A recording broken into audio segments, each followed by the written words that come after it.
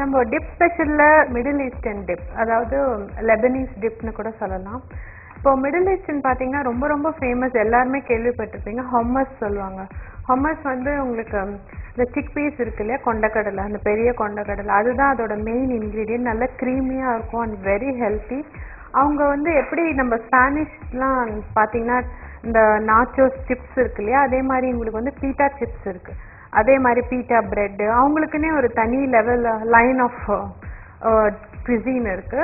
So அந்த tip பார்க்கலாம். அதோட மெயின் இன்க்ரீடியன்ட்ஸ் என்ன பார்த்தீங்கன்னா கொண்டக்கடலை, அதாவது வேக வச்சு வச்சுருக்கேன், அப்புறம் லெமன் ஜூஸ், கொஞ்சம் ஆரிகானோ, பூண்டு, உப்பு, குடமிளகா, கேரட், குக்கும்பர், வெள்ளரிக்காய் அண்ட் ஒரு ஃப்ரூட் எடுத்திருக்கேன், apple. Any hard vegetable is okay உங்களுக்கு.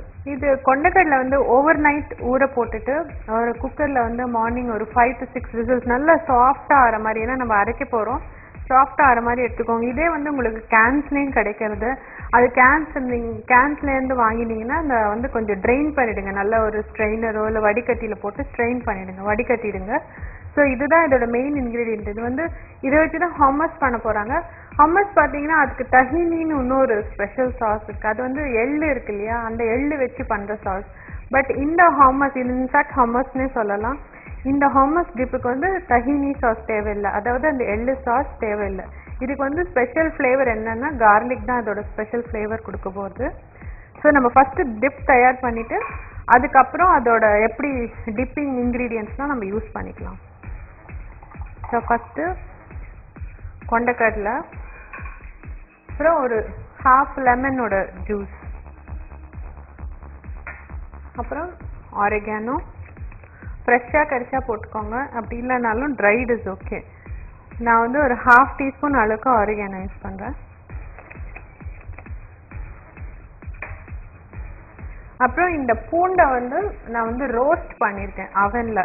அது எப்படின்னா இந்த மாதிரி மேல் போர்ஷனை கட் பண்ணிவிட்டு லேசாக ஆலிவ் ஆயிலோ இல்லை என்ன ஆயில் வேணுமோ, olive oil the best, but அப்படி இல்லைனாலும் இந்த ரெகுலர் ஆயிலை ட்ரிசில் பண்ணிவிட்டு நல்லா ஒரு 225 degrees செல்சியஸில் 45 minutes to 1 hour பண்ணினீங்கன்னா உங்களுக்கு இந்த மாதிரி நல்லா ஸ்மூத்தாக வரும். நல்லா இந்த மாதிரி ப்ரெஸ் பண்ணினா கார்லிக் வெளியில் வரணும், அதான் இது பேர் ரோஸ்டிங் பேர் இந்த கார்லிக் இருக்கு. ஸோ இது வந்து இதில் கொஞ்சம் ஆட் பண்ணுறேன். இதுதான் இதுக்கு மெயின் ஃப்ளேவரிங் இன்க்ரீடியன்ட். எவ்வளோ ஈஸியாக வந்துச்சு பாருங்கள், எல்லாமே ரொம்ப ஜூஸியாக இருக்கும். ஸோ இப்போ நம்ம கார்லிக் ஆட் பண்ணியாச்சு. நெக்ஸ்ட்டு வந்து சால்ட், ஏன்னா இதில் வேறு எதுலேயும் சால்ட்டிங் ஸ்டஃப் கிடையாது, சீஸ்லாம் கிடையாதுனால சால்ட் பார்த்து ஆட் பண்ணிக்கோங்க.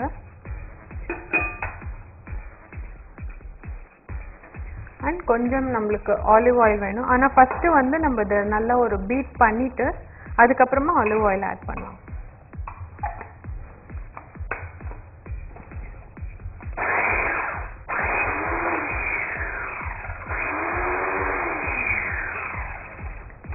ஸோ இப்போ கொஞ்சம் நான் ஆலிவ் ஆயில் ஆட் பண்ணுறேன். ஒரு 3 டேபிள் ஸ்பூன் அளவுக்கு ஆலிவ் ஆயில் ஆட் பண்ணுங்கள்.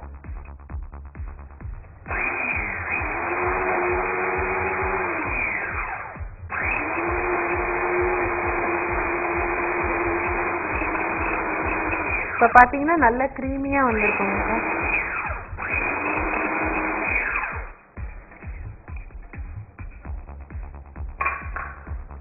நீங்கள் மிக்சியில் கூட பண்ணலாம், ஃபுட் ப்ராசஸ் தான் தேவை வேணும்ட்டு இல்லை.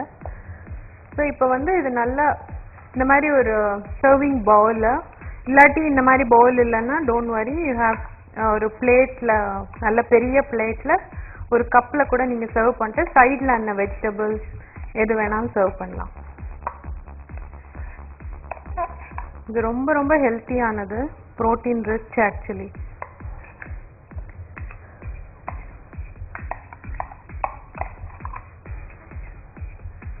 நல்லா கோல்டாக சர்வ் பண்ணிங்கனாலும் ரொம்ப டேஸ்டியாக இருக்கும். யூஸ்வலி இந்த மாதிரி டிப்ஸ்லாம் சர்வ் பண்ணுற டிஷ்ஷே வந்து கொஞ்ச நேரம் ஃப்ரிட்ஜில் வச்சு சர்வ் பண்ணிவிட்டு பண்ணிங்கன்னா ரொம்ப அந்த வெஜிடபிள்ஸும் ஃப்ரெஷ்ஷாக இருக்கும், க்ரன்ச்சியாகவும் இருக்கும் உங்களுக்கு ஆக்சுவலி. ஸோ நம்ம டிப் இப்போ ரெடி ஆயிடுச்சு. வெஜிடபிள்ஸ் அரேஞ்ச் பண்ண வேண்டியதுதான்.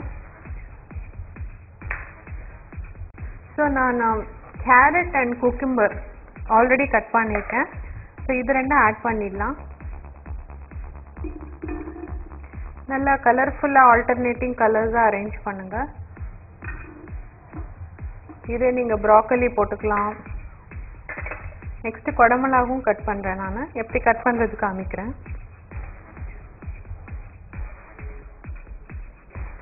குடமிளகாவும் நம்ம வந்து லாங்காக கட் பண்ண போகிறோம்.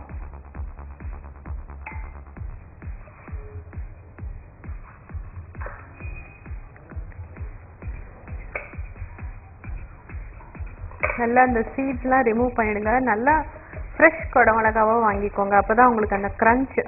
நிறைய பேர் நம்ம ஊரில் ரா குடமிளகா சாப்பிட்ருக்கவே மாட்டோம். ஸோ இந்த மாதிரி நீங்கள் ட்ரை பண்ணி பார்க்கலாம். ரொம்ப டேஸ்டியாக இருக்கும் ஆக்சுவலி.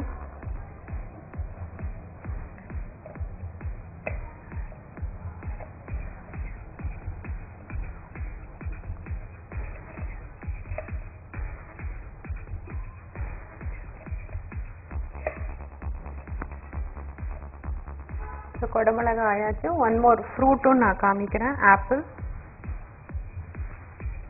நல்ல க்ரன்ச்சியான ஆப்பிள் எடுத்துக்கோங்க. சில ஆப்பிள் பார்த்தீங்கன்னா ரொம்ப சாஃப்ட் ஆப்பிளாக இருக்கும். இதுதான் நல்லா சூட் ஆகும் உங்களுக்கு. க்ரன்ச்சியான ஆப்பிள். இந்த கடிக்கச்சியே ஒரு க்ரன்ச் வரணும் வாயில்.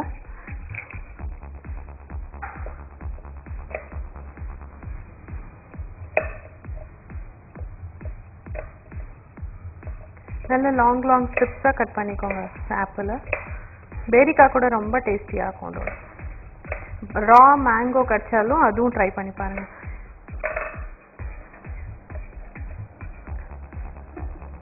ஸோ நம்ம கலர் காம்பினேஷன் பார்த்து அரேஞ்ச் பண்ணால் பார்க்கறதுக்கே அப்படைசிங்காக இருக்கும் உங்களுக்கு. ஸோ இப்போ நம்ம வெஜிடபிள்ஸ் அண்ட் ஃப்ரூட் முடிச்சாச்சு. ஸோ சும்மா ஒரு சிப்ஸும் ஆட் பண்ணிடலாம் நம்ம.